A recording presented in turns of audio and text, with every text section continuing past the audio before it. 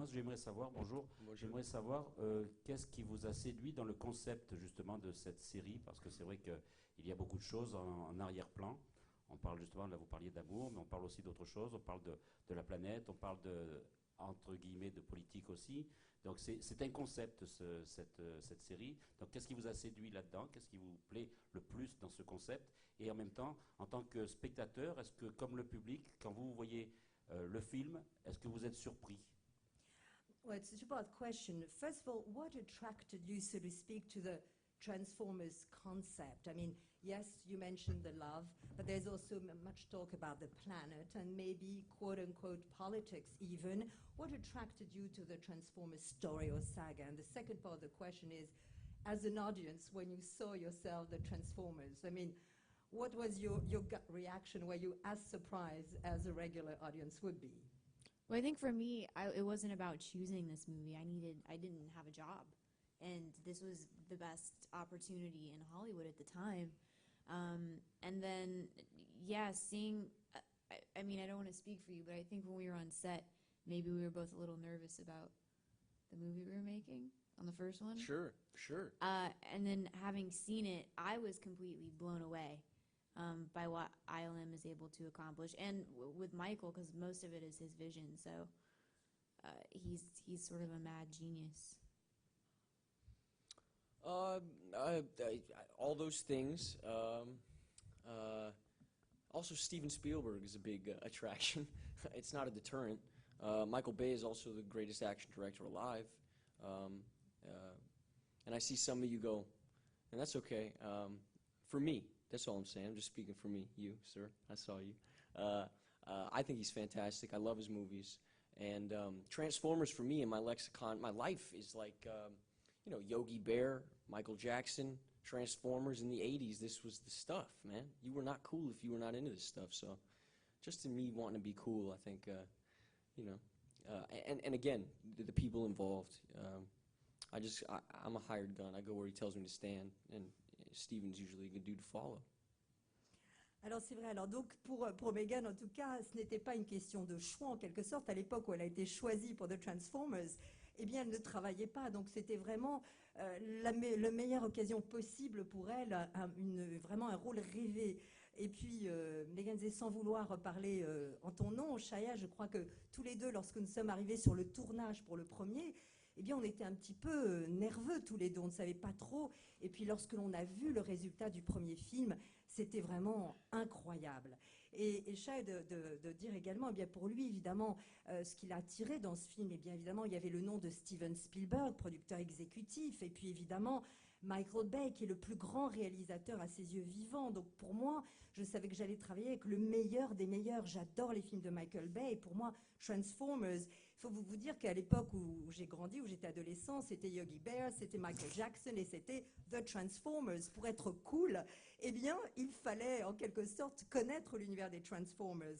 Et donc, je voulais être cool. Et puis, il y avait, comme je l'ai dit, la réalisation d'un metteur en scène extraordinaire, Michael Bay, et puis Steven Spielberg qui dit, bah, écoute, tu n'as qu'à suivre ce que te dit ce réalisateur. Autre question? Oui. La deuxième, c'était? And when you both saw each other at the end of this film, Transformers 2, what was your reaction? When we saw each other, Yeah, when you saw the film. you're meeting your actors for the first time. It's like meeting coworkers for the first time. You make an entire movie with Optimus Prime, and then you meet him in the theater. Yeah. So that's a lot of fun as a viewer, as a fan, and as a coworker. It's just fun on a multitude of levels, and it all happens and culminates in the theater. It's fun for us too, man. Alors pour nous aussi, ça a été très très drôle parce que c'est un petit peu comme si pour la première fois, on découvrait en quelque sorte ses co-acteurs parce on était à la fois public, on est à la fois fan et puis on voit le travail de l'autre. Donc c'est vraiment un point culminant et un point de plaisir. What about you? What was your reaction when you saw yourself on the second one? I hate looking at myself, so it's always really hard to be objective about it. But I mean, just from watching it in ADR, it's hard to argue, even being the pessimist that I am, it's hard to not acknowledge that it's a really amazing action movie. I mean, it is. It's really good. Alors c'est vrai que moi je déteste en fait, je dois avouer, me regarder à l'écran et donc c'est très difficile également d'être objective en quelque sorte. Mais même pour la pessimiste que je suis, eh bien je dois reconnaître que lorsque j'ai vu le résultat, c'était vraiment, j'ai trouvé ce film, c'est très difficile de ne pas trouver ce film assez incroyable. Autre question, oui.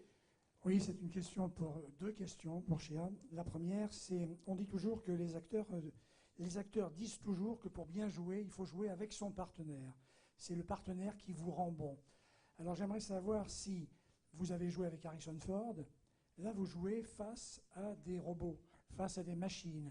Est-ce qu'il y a un côté frustrant à avoir en face de soi des machines et non pas des acteurs? La deuxième question, est-ce que vous pouvez nous dire d'où vient votre prénom et votre nom, qui est un peu bizarre pour les Français qui ne comprennent pas trop? Well, the first part of the Everybody question, giggle, I can't wait. the first part of the question, Shia, as well. It is said that to act well, really, you have to be acting opposite an actor that makes you act even beyond Sure. to make you look good. Well, you acted opposite Harrison Ford, and now you're acting across robots. Isn't that frustrating, so to speak, for an actor to work opposite machines instead of actors? Well, you can get in a lot of trouble answering this the wrong way. Just different experience completely. One has limitations. It's you walking into somebody else's realm. You got to be very respectful, and that's a whole different process completely. Transformers, we have a lot of freedom. Freedom not just in the creation of dialogue and the things that we get to do, but also in the interaction between the human and the robot in this movie is far more than the last one. And you rehearse the movements with these robots like you rehearse ballet. I mean, you rehearse movements like dialogue. When Bumblebee leans down into you and says something, it's a 50-foot tall robot leaning into you. Of course you're going to lean back. There's also a scene where there's like a la Marathon Man type of scene where there's like this robotic doctor on my chest. And he spits this worm into my mind and it's supposed to steal this information from my mind, go through my nasal canal into my mind, steal this information, and then spit it back out. So what you do is you choreograph that with the animator on like a 5 count. On 1, the thing is on your chest. On 2, it's shooting it into your nose. On 3, you can feel it traveling. 4, it's collecting the information. On 5, it's exiting. So you just memorize movements on timing, like a dance. Alors c'est vrai que d'abord là, il faut vraiment que je fasse attention à la réponse parce que c'est pas très évident. D'abord avec Harrison Ford, d'abord l'expérience est complètement évidemment différente parce que là je devais faire très attention. En quelque sorte, j'entrais dans un personnage qui existait déjà dans le collectif. Alors que pour Transformers, eh bien la liberté est beaucoup plus grande. Il y a une interaction, surtout dans ce film, bien plus grande entre l'humain et les robots. Elle est beaucoup plus complexe. Et donc les répétitions étaient un peu comme des mouvements et comme un ballet. Par exemple, lorsque Bumblebee, qui fait 50 pieds, se penche vers vous, eh bien vous savez que vous devez évidemment vous pencher immédiatement. Ou bien quand il y a cette scène où il y a le docteur qui est en train d'essayer de mettre un verre dans mon nez pour trouver des informations, eh bien là aussi, il y a une chorégraphie très précise. Par exemple, c'est comme un ballet où je sais que sur le temps 1, eh bien, il va être sur ma poitrine, au temps 2, à l'intérieur de mon nez, 3, en train de collecter des informations, 4, en train de ressortir, et finalement 5, la sortie finale. Donc c'est vraiment une danse, un ballet, et c'est comme cela que je l'ai vécu. Autre question? Ah oui, alors?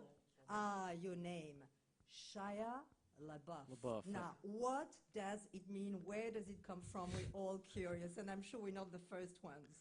Shia is Hebrew, means gift from God, which is very flattering and nice. I'm very happy that happened. The last name is illiterate. It's misspelled French.